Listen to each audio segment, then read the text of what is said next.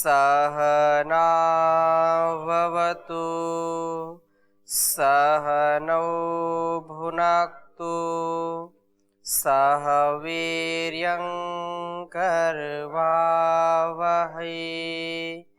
तेजस्विनावधीतमस्तु मा विद्विषावहै। ओम शांति शांति शांति। वैदिक जीवन में हम ये संध्या का जो महत्व है, जो ऋषियों ने जीवन हमको बताया है, उसमें जो ब्रह्म यज्ञ है अथवा ये संध्या है, उसका हम गुणगान करें, उसको हम अपने स्वभाव में उतारें। इसलिए यह जो जीवन है ये ब्रह्ममय हो, यह ब्रह्म की जिज्ञासा हो इसमें, और तदनुसार अपने गुण कर्म स्वभाव को हम बनाएं। मनुष्य जीवन का जो उद्देश्य है धर्म, अर्थ, काम और मोक्ष, इसकी प्राप्ति के लिए हम सदा सर्वदा लगे रहें। और उसमें यह महत्वपूर्ण कार्य है कि अपनी आत्मोन्नति के लिए, अपने शुभ संस्कारों के लिए, जो हमारे अंदर कुविचार हैं, कुसंस्कार हैं, उन कुविचारों कुसंस्कारों को दूर करने के लिए, शुभ संस्कारों शुभ विचारों से अपने को परिपूर्ण करने के लिए हम प्रभात में और सायं में संध्या करें। इसकी चर्चा चल रही थी। आगे बढ़ूं इससे पहले आप में से किसी कोई प्रश्न तो पूछिए जी। ओम पूज्य स्वामी जी। जी, पिछली कक्षा में जो चर्चा हुई थी, एक तो यज्ञ करना प्रातःकाल या शाम को जी, फिर उसमें तो गायत्री मंत्र का भी जप तो एक बार होता है या 2-4 बार होता है जी, और एक होता है सिर्फ गायत्री मंत्र जप के बारे में, जैसे आपने पिछली कक्षा में बोल रहे थे जी, जे गायत्री जप सबसे श्रेष्ठ, माने मंत्र में सबसे श्रेष्ठ मंत्र है, जब में ओम का जप सबसे श्रेष्ठ है। जी। तो मोक्ष व मुक्ति प्राप्ति के लिए एक आदमी सिर्फ हवन ही करता रहेगा, 1-2 बार 5 बार 11 बार 21 बार सिर्फ गायत्री मंत्र जप करके खाली हवन कर देगा, और एक व्यक्ति उसी आधा घंटा में या 45 मिनट 1 घंटा में जितने समय हवन लगता है सिर्फ गायत्री मंत्र जप करेगा। गुड बेटर बेस्ट जो हम 3 शब्द लगाते हैं, तीनों तो बहुत अच्छा है, तो बेस्ट किसे माने मुक्ति के लिए। बाकी जो आप बोल रहे थे कुगुण इत्यादि नष्ट होगा और उनका भावना चिंताधारा इत्यादि इत्यादि ठीक ठाक चलेगा, तो किसे माना जाए? चूंकि ये यज्ञ का हम स्वाध्याय कर रहे हैं और बहुत बड़ा इसका विषय है, केवल संकेत में 2 बातें हम यहाँ कहना चाहेंगे। आपने जो प्रश्न किया है, ब्रह्म यज्ञ जिसमें केवल गायत्री का जप करें वो श्रेष्ठ है, या हम देव यज्ञ जो अग्निहोत्र है केवल उसमें आहुति डाले वो श्रेष्ठ है, इसमें दी बेस्ट क्या है? तो इसमें हमको विशेष ध्यान रखना चाहिए, जो गायत्री है, गायत्री का जो जाप है, जो संध्या है, वो मेरे अंदर का जो विकार है, मेरे अंदर का जो सुधार है, उसकी प्रक्रिया है ब्रह्म यज्ञ। जो मेरे अंदर के दोष हैं, त्रुटियां हैं, जो संशय हैं, जो मेरे अंदर की भ्रांतियां हैं, जो मेरे अंदर के कुटिलताएं हैं, जो पाप हैं, उनको नष्ट करने का कार्य संध्या में किया जाता है। और विशेष रूप से अपने को उस परमात्मा से जोड़ने का यह जो अनुष्ठान है वो संध्या है। उस परम पिता परमेश्वर का चिंतन करना, उसका ध्यान करना, और जो गायत्री की जो बात कही, गायत्री जप की जो बात कही है, उस गायत्री जप का अर्थ पूर्वक विचार करना, ये संध्या है। और तदनुसार अपना आचरण करना, जैसा गायत्री मंत्र में कहा, क्योंकि अभी आगे चर्चा आएगी, तो उसके अनुसार अपने आचरण को बनाना, ये ब्रह्म यज्ञ है, ये संध्या है। अर्थात एक वाक्य में बोले तो अपने को उस परमात्मा से लगाना, अपने आप को जो दोष है दोष से रहित करना, कुटिलताओं से रहित करना, अपने को शुचितापूर्ण ढंग से जीवन जीना, ये संध्या में हम ये कार्य करते हैं। ये केवल अपने लिए है। यद्यपि अपना स्वभाव ठीक होगा तो समाज और राष्ट्र का भी हम उत्थान करेंगे, वो बिल्कुल प्रक्रिया ठीक है, लेकिन ये विशेष संध्या और ये मेरे लिए है, आंतरिक है ये। और जो बाह्य है, जो देव यज्ञ है, उसमें क्या है, जब हम संविधाओं को लेकर के, सामग्री को लेकर के अनेक प्रकार से जो है हवि देते हैं, तो वो समष्टि के लिए होता है। उससे क्या है, इससे वातावरण अच्छा होता है, इससे हमारे उसमें यद्यपि उसमें भी भाव जुड़े होते हैं। आपने प्रश्न 2 किए, इसमें गायत्री इसमें भी बोलते हैं, गायत्री इसमें भी बोलते हैं, श्रेष्ठ कौन है, तो वहां भी वो भावना काम कर रही है। जो आपने प्रभात में और सायंकाल जो संध्या किया था, उसका भाव देव यज्ञ में भी चल रहा, अग्निहोत्र में भी चल रहा है, तभी आप यज्ञ करने के लिए उद्यत होते हैं, बैठते हैं। तो दोनों अपने स्थान पर श्रेष्ठ हैं। ये कहना कि दी बेस्ट ये है तो आप उसी को करने लग जाएं, ये उचित नहीं है। दोनों ही श्रेष्ठ हैं, अपने अपने समय में दोनों ही कार्य में लगने चाहिए, क्योंकि व्यष्टि किसके लिए है, समष्टि के लिए है। समष्टि किसके लिए है, व्यष्टि के लिए। मतलब मेरा व्यक्तिगत जीवन व्यक्तिगत नहीं है, मेरा जीवन सामूहिक भी है और कुछ व्यक्तिगत भी है। जी, और कोई? ओम जी स्वामी जी। परंतु एक तो होता है जोड़ने के लिए प्रारंभिक स्थिति में यज्ञ करे, फिर उसको एक श्रद्धा भावना आएगा, फिर गायत्री मंत्र जप करे, जैसे आपने बोले ठीक है। परंतु किसी की जगह में सिर्फ यज्ञ तो करते हैं, ऐसे भी कुछ व्यक्ति से हम सुने हैं, देख रहे हैं, लेकिन उनका दूसरा जो दिनचर्या है या उनका जो व्यवहार है, कोई कोई शराबी पीते, ऐसे बाहर में बहुत भी सारे आदमी ऐसे भी हैं कुछ वर्गों का, वो तो करते हैं, उनमें से कुछ व्यक्ति भी है उनका, तो वो भी बोलते तो ठीक, यज्ञ भी करते हैं, परंतु उनका और दूसरा चीज जो लोक में जो ग्रहण यज्ञ नहीं होता है। तो ये दोनों से हम किसे जनसाधारण के लिए, जो श्रोता के लिए उपयोगी होगा, ये पहले जोड़ने के लिए तो आए हवन में ठीक है, परंतु अपना जीवन को एक समृद्धिशाली विकसित आध्यात्मिक लाइन में ले जाने के लिए हम किससे वो ज्यादा समय दें? सबसे पहले हमको 2 मिनट, 5 मिनट, 10 मिनट, आधे घंटे शांति पूर्वक बैठ करके, यदि हमारी सच्ची श्रद्धा है तो आरंभ में तो ठीक है, लोग समूह में जाते हैं यज्ञ में, जैसा आप कह रहे हैं यज्ञ में जाते हैं, जाना चाहिए। वहां भी आहुति, कोई किसी को मंत्र आता है नहीं आता है, या किसी को बहुत श्रेष्ठ आता है लेकिन वैसा आचरण नहीं करता है, लेकिन वहां पर एक व्यवस्था है, उस व्यवस्था में वो अपना योगदान दे रहा है, अच्छी बात है।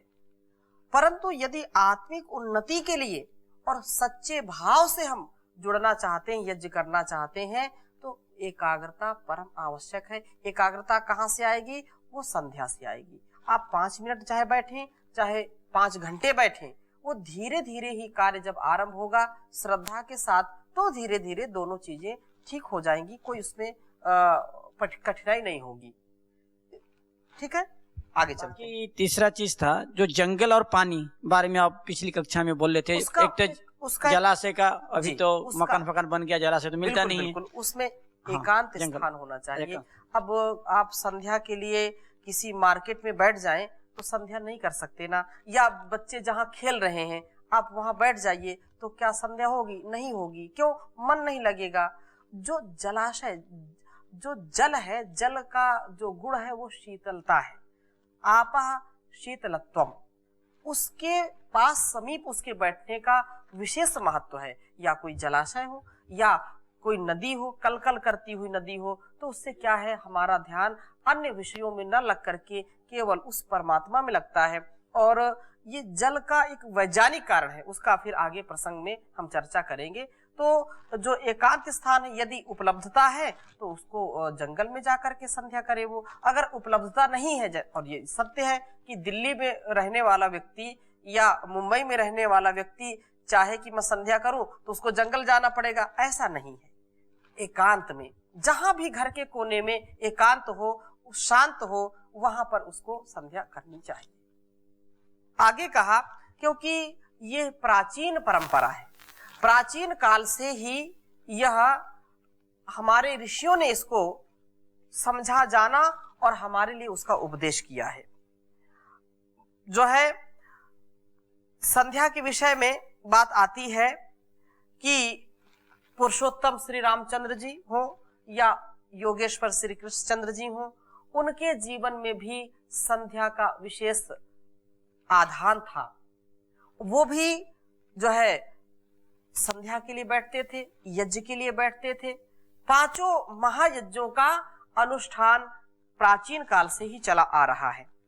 तो एक श्लोक आपके बीच में मैं रख रहा हूं क्योंकि माता पिता का ये उत्तरदायित्व है और माता कौशल्या कैसे जो है पुरुषोत्तम श्री रामचंद्र जी को प्रोत्साहन दे रही हैं, कैसे उनको कह रही हैं। आप इस श्लोक के माध्यम से इसको समझने का प्रयास करिए और हमारे इस परिवेश में हमारी माताओं को भी इसके लिए प्रयास करना चाहिए। कौशल्या सुप्रजा रामा पूर्वा संध्या प्रवर्तते उत्तिष्ठा नरशार्दूल कर्तव्यं दैवमाह्निकम् उत्कौशल्या सुप्रजा रामा पूर्वा संध्या प्रवर्तते उत्तिष्ठा नरशार्दूल कर्तव्यं दैवमाह्निकम्। ऐसी माताएं जब अपने बच्चों को सुशिक्षा देंगी, उनको संभालेंगी, उनको सुसंस्कार देंगी, तो उससे परमात्मा विशेष उन पर अनुग्रह करता है और पुरुषोत्तम वो बन जाते हैं। वो श्री रामचंद्र जी जैसे जीवन जीने वाले बन जाते हैं। चाहे कोई भी संसार में हो, लेकिन यदि माँ अच्छी है, माता निर्मात्री होती है, और किसी ने कह दिया माता निर्माता भवती, माँ क्या होती है? निर्मात्री होती, निर्माण करने वाली होती है। यदि माँ का संस्कार अच्छा है, माँ का व्यवहार अच्छा है, तो संतानें भी वैसी ही बनती हैं। चाहे अपने जीवन में हम कितना कुछ करें, लेकिन माँ के द्वारा जो दिए हुए संस्कार हैं वो कभी भी धूमिल नहीं होते हैं, कभी भी वो नष्ट नहीं होते हैं। इसलिए माँ को प्रथम गुरु कहा है। यहां पर जो श्लोक आया है तो वहां पर कौशल्या माँ राम को उठा रही हैं और कह रहे हैं कि हे राम, तेरे कारण जो है कौशल्या सुसंतान वाली है। जो तू प्रतिदिन संध्योपासना करता है, क्यों? क्योंकि माता ने पहले उनको सिखाया कि उठो जागो, अब संध्या भी समय है, दिनचर्या करके संध्या करिए। अब आज की स्थिति यह है कि माताएं ही 8 बजे 9 बजे उठेंगी तो संध्या कौन कराएगा? इस स्थिति में हमको विचार करना चाहिए। परम पूज्य स्वामी जी महाराज योग की अलख जगा करके, यद्यपि करोड़ों लोगों को सुबह ही जगाना और जागने के लिए, उनके सुसंस्कारों को उठाने के लिए विशेष जो तप त्याग पुरुषार्थ किया है, उससे हजारों लाखों करोड़ों लोगों ने लाभ लिया है, ले रहे हैं। परंतु अभी भी ऐसी स्थिति है जहां पर जो प्राचीन काल की परंपरा थी वो नगण्य है, वो बहुत ही कम दिखाई पड़ती है। और वो जो ऐसी स्थिति में होंगे उनको अनेक प्रकार के दोष, अनेक प्रकार के रोग जरूर होते हैं। तो हे नर शार्दूल, अब तू उठ और दैनिक पूजा कर्म के जो है पूजा के कर्म कर। उनको माता पिता ने पहले सिखाया और फिर वो गुरु आश्रम में जाकर के भी, गुरु वशिष्ठ या गुरु विश्वामित्र के यहाँ जाकर के जो हमारे महापुरुषों ने गुरु शिष्य परंपरा को उन्नत बनाया और जैसा माता पिता गुरु आचार्य ने सिखाया उसको जीवन भर निभाया, कभी कलंक नहीं लगाया। ऐसा ये भारतवर्ष है, ऐसे सुसंतानों से ये भारतवर्ष सदा परिपूर्ण रहा है और आज भी आवश्यकता है उसका जाप करने का, उसका जो है उपदेश जो परमात्मा का है उसको अपने जीवन में उतारने का। इसलिए यह माता पिता का भी उत्तम कर्तव्य है कि माँ अपने बच्चों को सुसंस्कारित करे, उनको जगाए, उनको प्रत्येक दिनचर्या का पाठ पढ़ाए कि ऐसे करना, क्यों करना, इससे उसको लाभ उसका बताए, तभी बच्चे जाकर के उठेंगे, नहीं तो स्थिति बहुत दयनीय है और भी हो जाएगी। अपने जो है ऋषियों का और इस पावनी परंपरा का हम निर्वहन करें। ऋषि आश्रम में, गुरु आश्रम में भी एक श्लोक आता है, तस्यर्षेः परमोदराम वचः श्रुत्वा नरोत्तमो स्नात्वा कृतोदकौ वीरौ जेपतुः परमं जपम। जैसे विश्वामित्र के आश्रम में भगवान श्री रामचंद्र जी और लक्ष्मण जी दोनों भाई हैं और वहां पर उनको जो दैनिक कर्म है, दैनिक जो कर्तव्य है, उसके लिए भी वो गुरु उनको प्रेरित कर रहे हैं कि अब प्रभात होने वाली है, आप संध्या के लिए उठ जाएं और संध्या करें, ये ब्रह्म मुहूर्त में उसकी उपासना करें, परमात्मा की जो है उपासना में लग जाएं। तो तस्य ऋषि, उस ऋषि के उन बड़े उदार वचनों को सुन करके तुरंत बिल्कुल मनुष्यों में श्रेष्ठ राम और लक्ष्मण, उन दोनों ने स्नान और आचमन करके परम जप का जो है जाप किया, अर्थात गायत्री जाप किया। वह सावित्री जाप जो सबको महान बनाता है, उसके लिए विशेष रूप से यहाँ पर संकेत किया है, ऐसा हमारा स्वभाव हो। यदि हम सच्चे अर्थों में राम को अपना आदर्श मानते हैं तो उनके चित्र नहीं, उसके चरित्र और उनका जो आचरण है उसको जब हम आत्मसात करेंगे तो हमारा जीवन धन्य बनेगा और ये धारा भी धन्य बनेगी। जिनके जीवन में यह आचरण की शुचिता है, आचरण की पवित्रता है, उन्हीं से यह देश महान बनता है, उन्हीं से यह संसार महान बनता है, जहान सारा महान बनता है। जी ओम स्वामी जी, ये नर शार्दूल का मतलब क्या है? नर शार्दूल जो नरों में उत्तम, जैसे जो है जंगल में सबसे ज्यादा जो बलशाली होता है, सबसे श्रेष्ठ मानते हैं, जंगल के राजा किसे कहते हैं? शेर को कहते हैं। तो नर श्रेष्ठ, नरों में जो राजा है, नरों में जो वीर है, जो धीर है, गंभीर है, वो नर शार्दूल कहलाता है।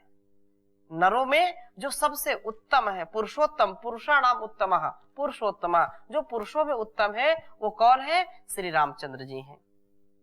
तो वो जो किसी से भय नहीं खाते, बल्कि जो भयभीत है उनकी रक्षा करने वाले हैं, जो शत्रुओं को, जो आतताइयों को, जो असुरों का या दैत्यों का, राक्षसों का जो वध करके सारे संसार को अभय प्रदान करने वाले हैं, वो ऐसे शार्दूल, नर शार्दूल है। नराणाम शार्दूलः, नर शार्दूलः।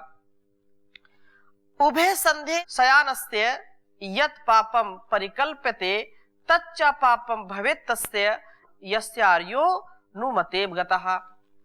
तो भरत कहते हैं कि जिसकी अनुमति से राम वन में गए हैं उसको वह पाप लगे, जो पाप दोनों संध्या के समय सोने वाले को होता है।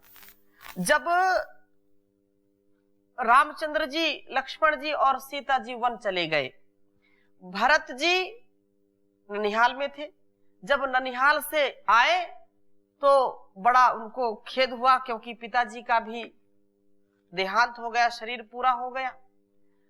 उसके बाद अंत्येष्टि कर्म के बाद फिर वो माता कौशल्या के पास आए और अनुनय विनय करने लगे, बहुत करुण हृदय से, बहुत विनम्र हृदय से वो अनेक बातों को कहने लगे।